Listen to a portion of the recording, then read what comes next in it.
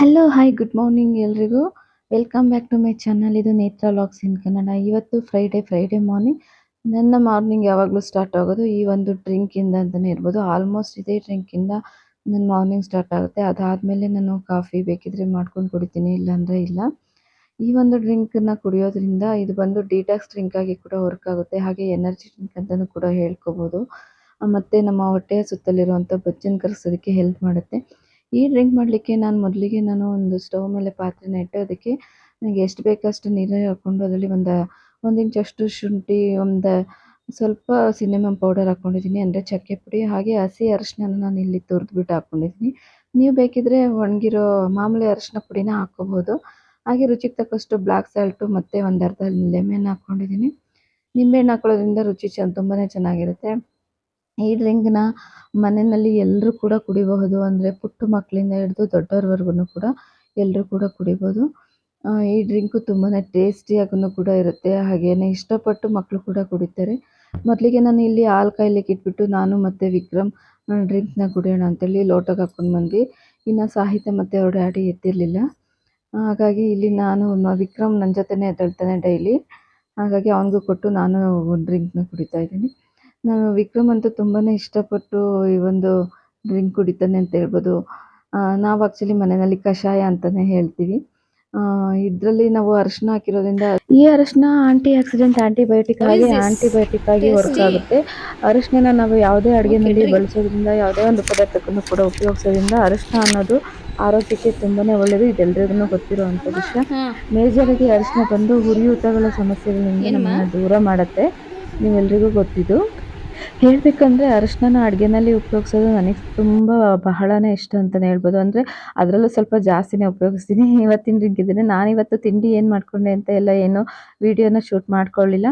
ಇವತ್ತು ಸ್ವಲ್ಪ ಸ್ಟಿಕ್ಕರ್ ಅಂಟಿಸೋದಿತ್ತು. ನಾನು ಆ್ಯಕ್ಚುಲಿ ಕಿಚನ್ ಮೇಕವರ್ ಮಾಡ್ಕೊಳ್ಳೋಣ ಅಂತ ಮಾಡ್ಕೊತಿದ್ದೀನಿ. ಅದಕ್ಕೆ ಒಂದೊಂದೇ ಪದಾರ್ಥಗಳನ್ನ ತಂದು ರೆಡಿ ಮಾಡ್ಕೊತಿದ್ದೀನಿ. ಮನೆಯಲ್ಲಿ ಪೂಜೆ ಎಲ್ಲ ಮುಗಿಸಿ ಸಾಯಂಕಾಲದ್ದು ಇದು ಬಂದು ಈವ್ನಿಂಗ್ ಆಗಿರುತ್ತೆ. ಸಂಜೆ ಸ್ವಲ್ಪ ಶಾಪಿಂಗ್ ಹೋಗೋದಿತ್ತು. ನಾಳೆ ಇನ್ನೇನು ಹಬ್ಬ ಹತ್ರ ಬರ್ತಿದೆಯಲ್ವಾ, ಹಾಗಾಗಿ ನನಗೆ ಸ್ವಲ್ಪ ಫ್ರೂಟ್ಸ್ ಎಲ್ಲ ಬೇಕಾಗಿತ್ತು. ಹಾಗಾಗಿ ಹೋಗೋಣ ಅಂತೇಳಿ ಮನೆಯಲ್ಲಿ ಪೂಜೆ ಮುಗಿಸಿಬಿಟ್ಟು ನಾವು ಎಲ್ಲರೂ ಕೂಡ ರಿಲಯನ್ಸ್ಗೆ ಹೋದ್ವಿ. ಫ್ರೂಟ್ಸ್ ಎಲ್ಲ ಶಾಪಿಂಗ್ ಮಾಡ್ಕೊಂಬರೋಣ ಅಂತ. ಇಲ್ಲಿ ಬಂದು ನಾವು ಫ್ರೂಟ್ ಶಾಪಿಂಗಿಗೆ ಅಂತೇಳಿ ಬಂದಿದ್ದೀವಿ. ಹಬ್ಬದ ದಿನ ಸಾಹಿತ್ಯ ಬರ್ತಡೇ ಇದೆ. ಈ ವರ್ಷ ಏನಾದರೂ ನ್ಯಾಚುರಲಾಗಿ ಪ್ಲ್ಯಾನ್ ಮಾಡೋಣ ಅಂತೇಳಿ ಕೇಕ್ ಮಾಡಲಿಕ್ಕೆ ಫ್ರೂಟ್ಸ್ ಕೇಕ್ನೇ ಮಾಡೋಣ ಅಂತೇಳಿ ನನ್ನ ತಲೆಗೆ ಬಂತು. ವರ್ಷ ಯಾವಾಗಲೂ ಹೊರಗಡೆಯಿಂದ ಕೇಕ್ ತಂದೇ ತರ್ತೀವಿ. ಆದರೆ ಮನೆಯಲ್ಲಿ ಮಾಡೋದು ಒಂಥರ ತೃಪ್ತಿ ಕೊಡುತ್ತೆ ಅಲ್ವಾ, ಹಾಗಾಗಿ ಇನ್ನು ಇಲ್ಲಿ ನನಗೇನು ಬೇಕೋ ತರಕಾರಿಗಳು ಅಥವಾ ಫ್ರೂಟ್ಸ್ಗಳು ಅದನ್ನೆಲ್ಲ ಶಾಪಿಂಗ್ ಮಾಡಿಕೊಂಡು ಮನೆಗೆ ಬಂದ್ವಿ.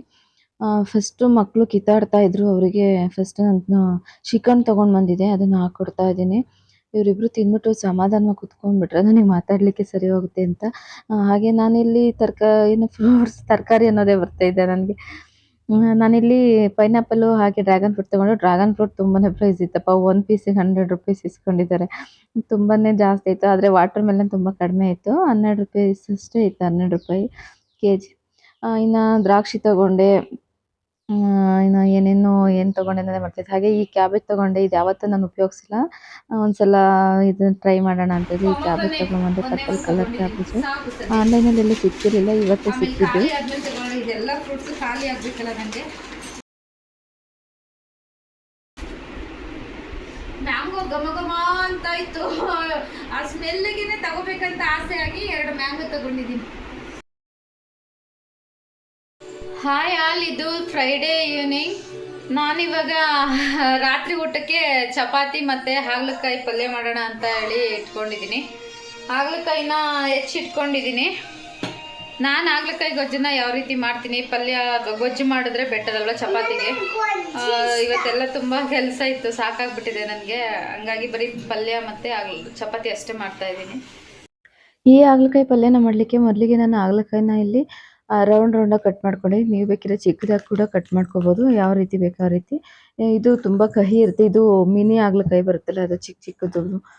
ಇದು ತುಂಬಾ ಕಹಿ ಇರುತ್ತೆ. ಹಾಗಾಗಿ ಇದನ್ನು ಸ್ವಲ್ಪ ಸಪ್ಪೆ ಬೇಯಿಸ್ಕೊಳ್ಳೋಣ ಅಂತೇಳಿ ಇದಕ್ಕೆ ಉಪ್ಪು ಮತ್ತು ಅರಿಶಿನ ಹಾಕ್ಬಿಟ್ಟು ಒಂದು 2 ಮಿನಿಟ್ಸ್ ಇದನ್ನು ಬೇಯಿಸಿಟ್ಕೊಂಬಿಟ್ಟು ನೀರನ್ನೆಲ್ಲ ಬಸ್ಕೊಂಡು ಬಿಡ್ತೀನಿ.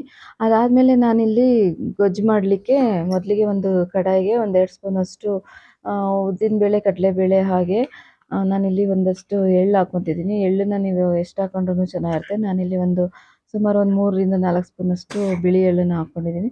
ಇದಿಷ್ಟನ್ನು ಹುರಿದು ಎತ್ತಿಟ್ಕೋಬೇಕು ಸೈಡಿಗೆ. ಅದು ತಣ್ಣಗಾದ ನಂತರ ರುಬ್ಕೋಬೇಕಾಗುತ್ತೆ. ಅಷ್ಟರಲ್ಲಿ ಬಾಣಲಿ ಬಿಸಿ ಆಗ್ಲಿಕ್ಕೆ ಇಟ್ಬಿಟ್ಟು ಫಸ್ಟು ಸಾಸಿವೆನ ಹಾಕಿ ನಾನು ಬಸ್ದಿಟ್ಕೊಂಡಿರೋಂಥ ಹಾಗಲಕಾಯಿನ ಹಾಕಿ ಫ್ರೈ ಮಾಡ್ಕೊತಿದ್ದೀನಿ. ಇವಾಗ ನಾನಿಲ್ಲಿ ಒಂದು ಮಿಕ್ಸಿ ಜಾರ್ಗೆ ನಾನು ಆವಾಗಲೇ ಹುರಿದಿಟ್ಕೊಂಡಿದ್ದಂಥ ಮಸಾಲೆಗೆ ಪುಡಿ ಮಾಡಿಕೊಂಡು ಅದಕ್ಕೆ ಸ್ವಲ್ಪ ಕಾಯಿನ ಸೇರಿಸ್ಕೊಂಡು ರುಬ್ಕೊತಾ ಇದ್ದೀನಿ. ಅದಾದಮೇಲೆ ನಾನಿಲ್ಲಿ ಹಾಗಲಕಾಯಿಗೆ ಅರಿಶಿನ ಮತ್ತು ಸ್ವಲ್ಪ ಚಿಲ್ಲಿ ಪೌಡರು ಹಾಗೆ ರುಚಿಗೆ ತಕ್ಕಷ್ಟು ಉಪ್ಪನ್ನ ಹಾಕಿ ನಾನು ರುಬ್ಬಿಟ್ಕೊಂಡಿರೋವಂಥ ಮಸಾಲೆನ ನಾನು ಇದ್ರಲ್ಲಿ ಹಾಕ್ತಾಯಿದ್ದೀನಿ. ಇದನ್ನು ಹಾಕಿ ಸ್ವಲ್ಪ ಚೆನ್ನಾಗಿ ಒಂದು ಮಿಕ್ಸ್ ಕೊಟ್ಕೊಂಡು ಇದಕ್ಕೆ ಎಷ್ಟು ಬೇಕಷ್ಟು ಹುಳಿನ ಹಾಕ್ಕೋಬೇಕಾಗತ್ತೆ, ಹುಣಸೆಹಣ್ಣು ಹುಳಿ. ಹಾಗೆ ಆ ಜಾರ್ನ ತೊಳೆದಿದ್ದಂಥ ನೀರನ್ನು ಕೂಡ ಹಾಕ್ಬಿಟ್ಟು ಚೆನ್ನಾಗಿ ಒಂದು ಮಿಕ್ಸ್ ಕೊಟ್ಬಿಟ್ಟು ಒಂದು 2 ಮಿನಿಟ್ಸ್ ಕುದಿಯೋಕೆ ಬಿಡ್ತೀನಿ. ಇದಾದಮೇಲೆ ಇದನ್ನು ಸೈಡಿಗೆ ಎತ್ತಿಟ್ಬಿಟ್ಟು ಚಪಾತಿ ಮಾಡ್ಕೊಳ್ಳೋದಕ್ಕೆ ರೆಡಿ ಮಾಡ್ಕೊತಾ ಇದ್ದೀನಿ. ನಾನು ಮೊದಲಿಗೆ ಇಲ್ಲಿ ಫಸ್ಟ್ ಚಪಾತಿನ ಮಕ್ಕಳಿಗೆ ಅಂತೇಳಿ ಮಾಡ್ತಾಯಿದ್ದೀನಿ. ಹಾಗಾಗಿ ಮಕ್ಕಳಿಗೆ ನಾನು ಇಲ್ಲಿ ಎಣ್ಣೆ ಅಥವಾ ತುಪ್ಪನ ಉಪಯೋಗಿಸ್ಕೊತೀನಿ. ನಾನು ಪ್ಯೂರ್ ಕೊಬ್ಬರಿ ಎಣ್ಣೆ ಉಪಯೋಗಿಸೋದ್ರಿಂದ ಜಾಸ್ತಿ ಎಣ್ಣೆನೇ ಬಳಸ್ತೀನಿ ಇಲ್ಲಿ. ನನ್ನ ಮಗನಿಗೆ ಚೀಸ್ ಹಾಕ್ಕೊಡು ಅಂತ ಕೇಳ್ತಾ ಇದ್ದ, ಹಾಗಾಗಿ ಅವನಿಗೆ 1-2 ಚಪಾತಿಗೆ ಚೀಸನ್ನ ಹಾಕ್ಕೊಟ್ಬಿಟ್ಟು ಮಾಡಿಕೊಟ್ಟೆ. ಅಷ್ಟರಲ್ಲಿ ಇಲ್ಲಿ ಹಾಗಲಕಾಯಿ ಗೊಜ್ಜು ಕೂಡ ತುಂಬ ರೆಡಿಯಾಗಿತ್ತು. ಇದು ತುಂಬಾ ಟೇಸ್ಟಿಯಾಗಿರುತ್ತೆ. ಈ ರೀತಿ ನೀವೊಂದು ಸರ್ತಿ ಮನೆಯಲ್ಲಿ ಟ್ರೈ ಮಾಡಿ ನೋಡಿ. ಜಾಸ್ತಿ ಕಹಿ ಕೂಡ ಇರೋದಿಲ್ಲ, ಹಾಗೆ ತಿನ್ನಲಿಕ್ಕೂ ಕೂಡ ಸೂಪರಾಗಿರುತ್ತೆ. ಎಷ್ಟು ಟೇಸ್ಟಿಯಾಗಿರುತ್ತೆ ಅಂದರೆ ತುಂಬಾ ಚೆನ್ನಾಗಿರುತ್ತೆ. ಈ ಕಡೆ ನನ್ನ ಹಸ್ಬೆಂಡ್ಗೆ ಪುಲ್ಕನ ರೆಡಿ ಮಾಡ್ತಾ ಇದ್ದೀನಿ. ನನ್ನ ಹಸ್ಬೆಂಡು ಎಣ್ಣೆ ಹಾಕೋಗಿಲ್ಲ ಅವ್ರಿಗೆ, ಹಾಗಾಗಿ ಪುಲ್ಕ ಮಾತ್ರ ಮಾಡ್ತಾಯಿದ್ದೀನಿ. ನಾನು ಮುಂಚೆ ಎಲ್ಲ ಸ್ಟವ್ ಮೇಲೆ ಬಿಸಿ ಮಾಡಿಬಿಡ್ತಾ ಇದ್ದೆ, ಅಂದರೆ ಸ್ಟವ್ ಮೇಲೆ ಹಾಕಿ ಡೈರೆಕ್ಟಾಗಿ ಸುಟ್ಬಿಡ್ತಾ ಇದ್ದೆ. ಬಟ್ ಆ ರೀತಿ ಮಾಡಬಾರ್ದಂತ ಎಲ್ಲೋ ವಿಡಿಯೋ ನೋಡಿದೆ, ಹಾಗಾಗಿ ಇವಾಗ ಫುಲ್ ನಾನು ತವ ಮೇಲೇ ಅದನ್ನು ಡ್ರೈ ರೋಸ್ಟ್ ಮಾಡ್ಕೊತೀನಿ. ಇವತ್ತಿನ ವಿಡಿಯೋ ಇಷ್ಟ. ಈ ವಿಡಿಯೋ ಇಷ್ಟ ಆದರೆ ಪ್ಲೀಸ್ ಲೈಕ್ ಮಾಡಿ, ಶೇರ್ ಮಾಡಿ, ಕಮೆಂಟ್ ಮಾಡಿ.